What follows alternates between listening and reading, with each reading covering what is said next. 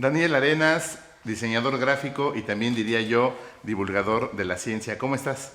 ¿Qué tal, Eduardo? Muchas gracias por la invitación. Estamos bien. Muchísimo gusto que estés aquí, para mí es un honor verdaderamente.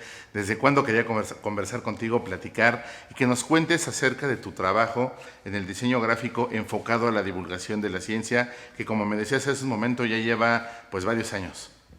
Sí, bueno, incluso mucho tiempo atrás estaba yo con mi tío, que es un maestro en ciencias médicas, y en un buen momento me dijo, voy a hacer unos manuales para sus diplomados y los necesito ilustrar. Digo, pues sí, estoy estudiando diseño gráfico en ese momento. Claro. Y me puse a ilustrar los manuales, pero de temas que yo ni conocía, ¿no? O sea, estábamos hablando de cardiología, Ok. temas de atención prehospitalaria, y él era el que me ponía unas regañizas. Me decía, es que esto no es así, te falta una vena, Ok. los electrocardiogramas no son así. Y total que me puse a estudiar y aprendí un poquito hasta incluso cómo leer un electrocardiograma para que todo fluyera más rápido.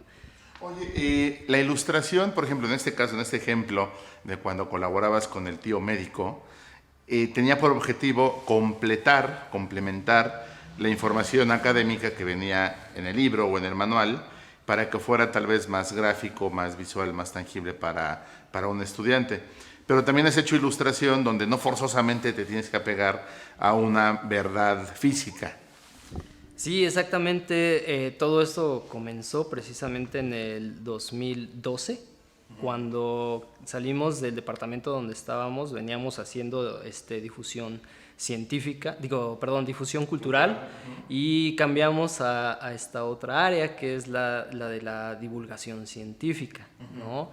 Entramos al Centro de Detección Biomolecular de la UAP, precisamente, sin saber que existía esta área de la divulgación. Como diseñador, pues obviamente tenemos como esta habilidad, ¿no? de poder comunicar, pero fue muy fácil porque la autora pues es la doctora María Lilia Cedillo, ¿no? Nuestra conocida rectora, y ella escribe de una manera tan fácil que nosotros pudimos asimilar todo, ¿no? Sí, exactamente, nos imaginamos, lo explica tan bien que entonces ya no hubo estos regaños.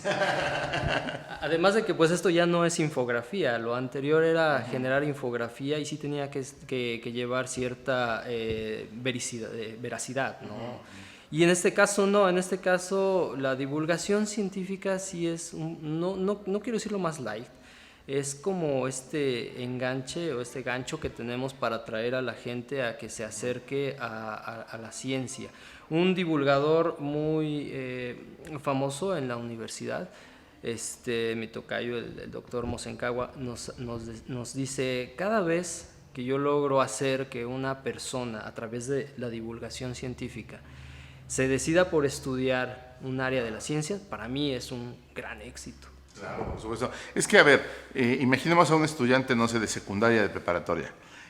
A esa edad y con los conocimientos que ha acumulado hasta ese momento, difícilmente va a entender un texto académico en un paper que está publicado en una revista internacional arbitrado y que está dirigido a investigadores de doctorado o postdoctorado que van a continuar una línea de investigación. Entonces, se enfrentan a ese paper y lo que van a hacer es dejarlo a un lado inmediatamente.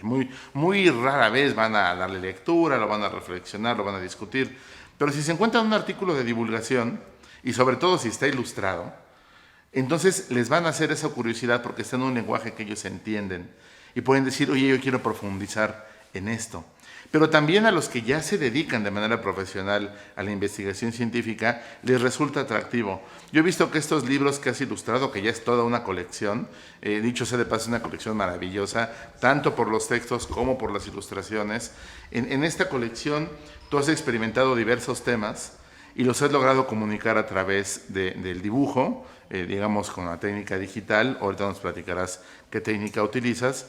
Y has logrado esta amalgama de dos situaciones. Por un lado, interesar pero también rematar la explicación que la autora, que es la doctora Lilia Cedillo, ha hecho a través de esos textos.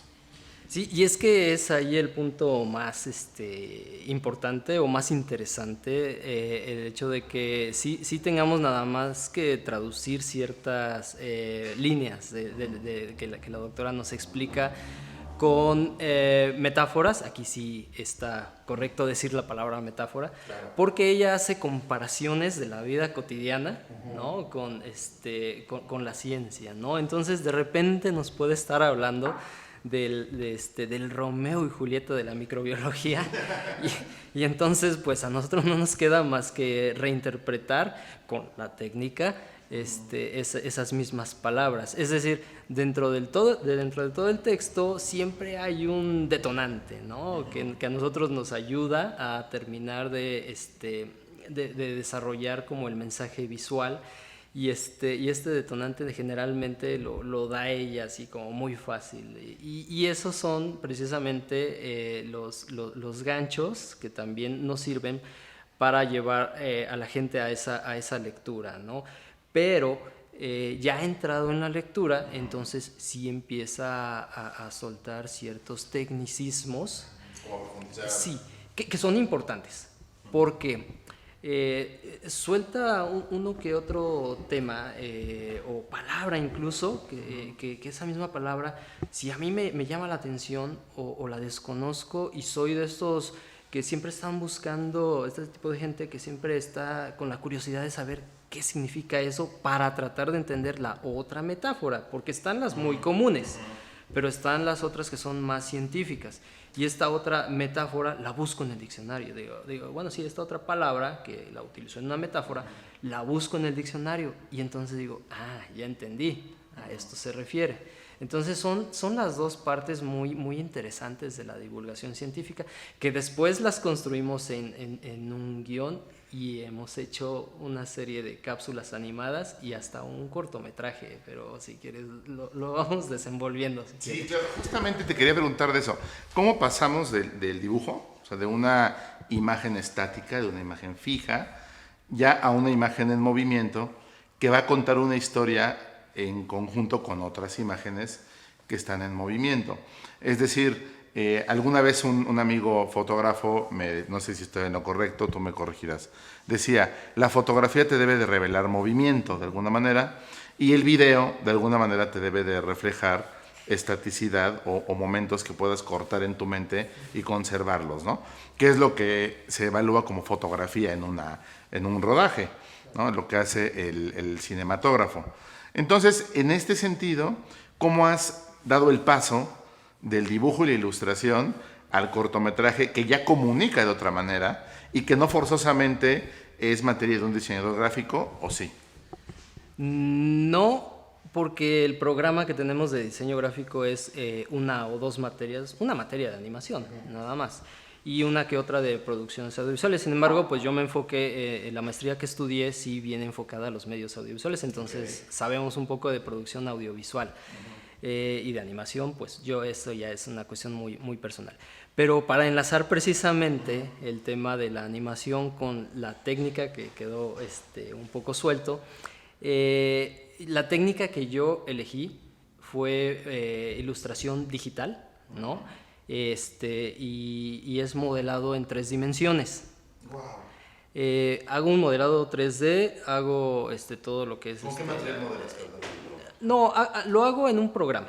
Lo hago en un programa de diseño en 3 dimensiones y después hago el render, ¿no? Que es ya como el producto final. Pero antes tuvo que haber pasado un proceso a mano, o sea, el boceto a mano, la columna en el periódico y de ahí tomo el personaje porque me lleva algo así como 6 meses, ¿no? Y ya esos mismos personajes que ya se crearon para hacer las ilustraciones en 3 dimensiones, pues ya están listísimos para darles movimiento. Entonces ya nada más hay que añadirles un esqueleto, lo que nosotros llamamos rigging facial, y de ahí ya empezamos a construir, ya que teníamos una serie de personajes bastante amplia, se nos ocurrió, ¿y por qué no hacemos un guión? Y entonces fue que entre la doctora y yo empezamos a construir un guión con estas comparaciones, estas metáforas, y los empezamos a convertir en chistes. Okay. Y después lo desarrollamos y presentamos un cortometraje ahí mismo en las salas de cine de arte.